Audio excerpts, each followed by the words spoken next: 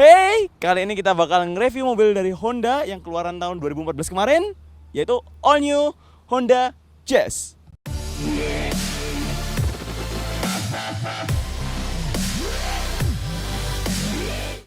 All new Honda Jazz, mobil hatchback dari Honda yang dimana dia merupakan salah satu yang terkuat di pasarnya. Ya emang terkuat sih, waktu itu cuma ada dua aja antara Yaris dengan Jazz. Ya wajar sih. Tapi ini adalah seri yang terbaru, yaitu seri ketiga yang dimana dia udah mengalami dua kali perubahan. Yang seri pertama itu yang kotak banget, lalu seri kedua yang udah mulai membulat, dan ini seri ketiganya. Tapi kalau misalnya kalian lihat-lihat mobil-mobil Honda Jazz yang sebelum-sebelumnya, dia benar-benar berubah bentuk. Kalau misalnya bentuk yang sebelumnya itu dia lebih membulat dan dengan garis-garis yang aman, dan sekarang dia tuh udah lebih sporty dan benar-benar berbeda lah. Seperti yang bisa kita lihat di sini. Di sini ada grill yang sangat gede, tapi dia dikasih warna hitam, yang dimana nggak terlalu kelihatan sih kalau dari luar. Malah kayak kesannya dia mempunyai tempat untuk udara itu gede banget, padahal itu nggak bagus buat ergonomisnya. Tapi dia ternyata nggak seperti itu.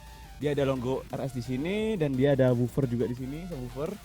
Dan lampunya dia udah LED. Tapi dia belum ada DRL-nya, dia cuma ada lampu senja saja, dan ada fog lamp-nya. Dia udah terjangkau di sininya sih.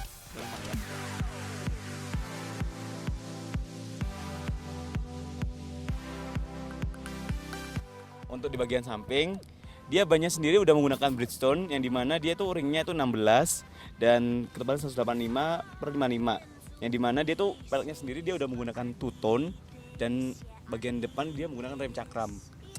Kita langsung ke bagian ini, spion. Dia spionnya sendiri ada lampu sennya di sebelah sini, dan ya cukup bagus. Untuk bagian ini kan, kalau misalnya Honda Jazz sebelumnya, dia kan masih menggunakan yang tarikan-tarikan tuh yang halus, yang tidak terlalu terasa.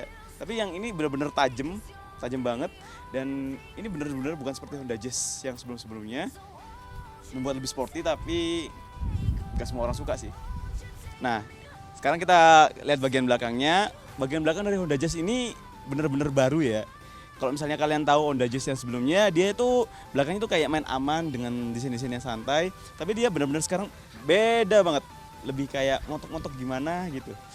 Kayak itu, bahkan video klipnya Nicki Minaj kayak gitu tuh. Nah, terus kalau misalnya kalian lihat di sini, kalau misalnya kalian tahu all new Pajero Sport, dia tuh menggunakan air mata iris. Kalau ini dibalik, dia di atas kayak air mata mantan gitu. Sedih-sedih gimana gitu. Tapi bagus sih, bagus sama mantannya. Nggak lanjut ya. Lanjut, terus dia itu di bagian RS ini, di all new Jazz RS, dia itu nggak ada sensor parkirnya. Padahal dia itu varian paling mahal. Nggak ada sensor parkirnya. Gimana ya? Secara mobil sekarang tuh sensor parkir itu penting, tapi dia nggak ada, dan dia juga nggak ada kamera mundurnya. Ya, Honda memang terkenal begitu dengan sunatan-sunatan yang ya nggak perlu dibilang lagi. Sekarang kita lanjut ke bagian interiornya.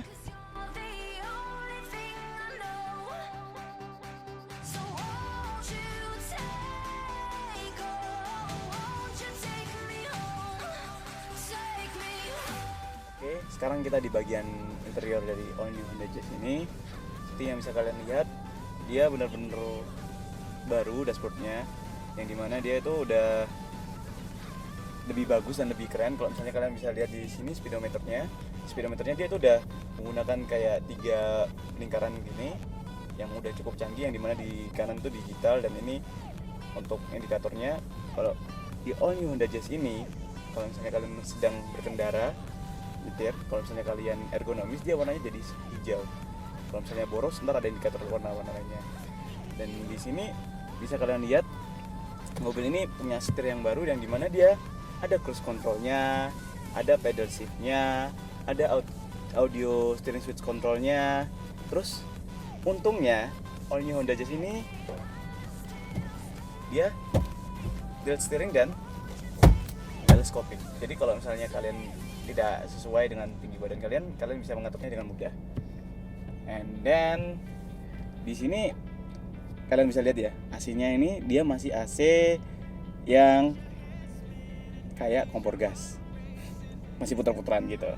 Tapi dia ada defoggernya, dan ini ada head unitnya, dimana head unitnya ini ya standar sih, dan dia itu aftermarket kayak, dan pengerjaannya kayak ya gimana ya, saya bilang bagus sih enggak, cuma dia belum ada bluetoothnya dan belum ada navigasi juga. Dia kayak cuma USB, terus ini USB-nya bisa juga buat dari HP. Untuk suaranya sendiri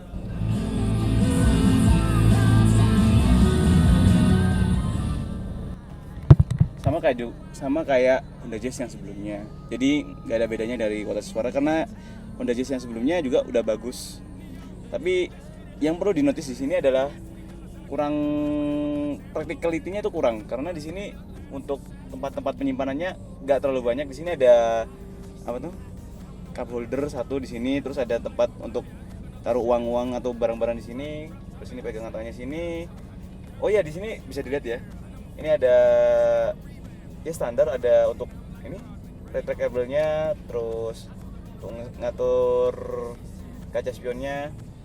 Terus ini ada 1, 2, 3, 4, 5. Terus dia ada kayak apa ya?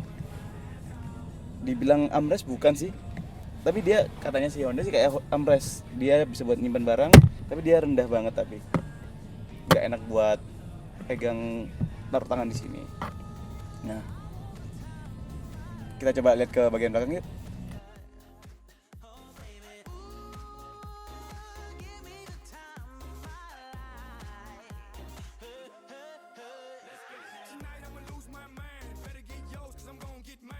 Nah, sekarang kita di bagian belakang dari all new Honda Jazz ini. Kalau bisa kalian lihat, mobil ini apa ya, enak gitu. Kursinya tuh empuk banget, apalagi dengan saya yang postur tingginya 170 cm, masih ada ruang yang cukup lega banget malah kalau menurutku. Dan ini ada headrestnya yang enak banget. Tapi sedangkan kalau ini kurangnya dari all new Yaris yang kemarin yang pernah kita review, dia itu nggak ada armrest yang ketiga. Ya mungkin di sini emang nggak seharusnya ada armrest, karena ya juga kasihan juga di tengah, tapi kayak penengah hubungan kita gitu lah, kasihan ya.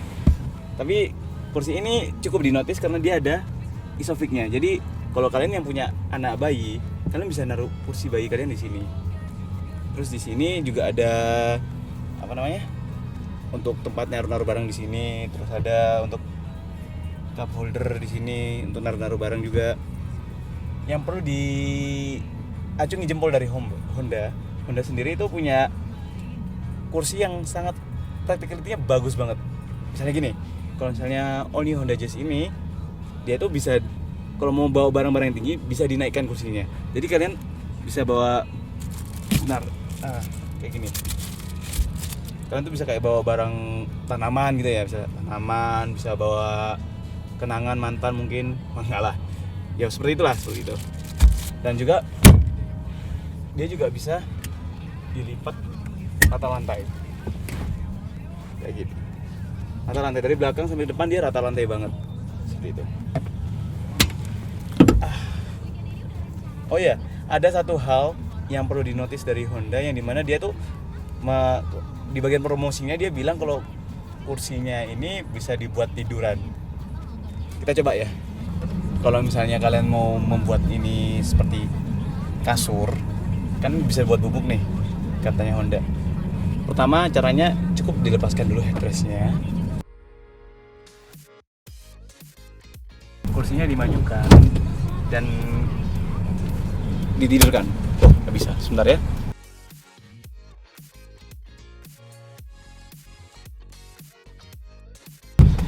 Ditidurkan dulu paling bawah, lalu opel ya. Kalau katanya Honda dalam promosinya all new Honda Jazz ini, dia itu punya ultra seat yang dimana kursi itu bisa dipanjangin buat bubuk di mobil ini. Caranya sih sebenarnya cukup mudah. Seperti gini misalnya. Aku contohin ya. Pertama kita buka dulu headrestnya. Ini udah dibuka ya headrestnya. Terus kursi belakangnya ini kita naikin dulu.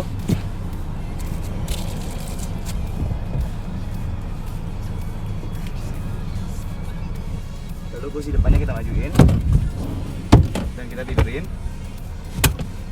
dan kursi belakangnya kita tarik.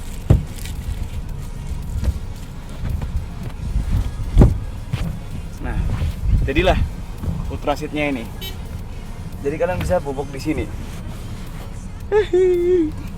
Seperti itu ya.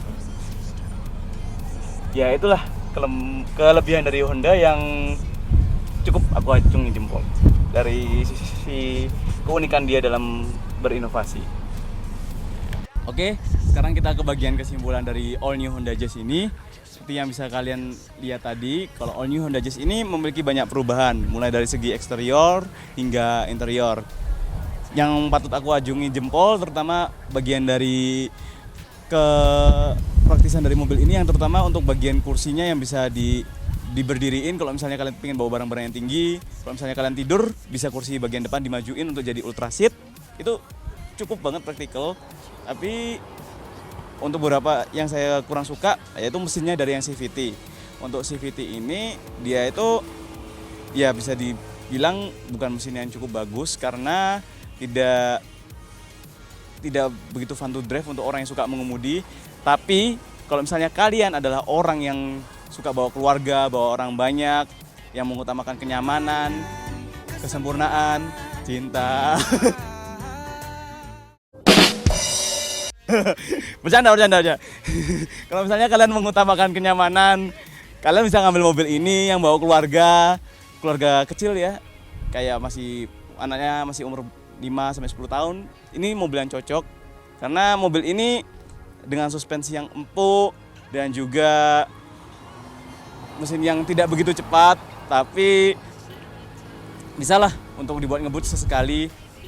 Silakan ambil mobil ini. Tapi kalau kalian misalnya mau mobil yang ngebut terus banyak fiturnya, jangan ngambil mobil ini karena ada di Mazda 2 sama Ford Fiesta. Oke.